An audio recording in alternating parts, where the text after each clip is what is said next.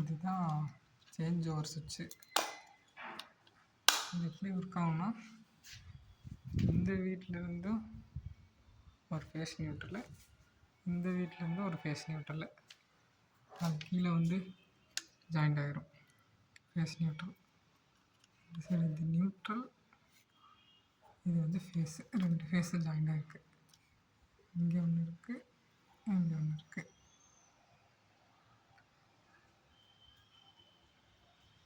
எப்படி இது ஒர்க் ஆகும்னா, சென்ட்ரல் இருக்கும்போது ஆஃபில் இருக்கும் இந்த சேஞ்ச் ஓவர்.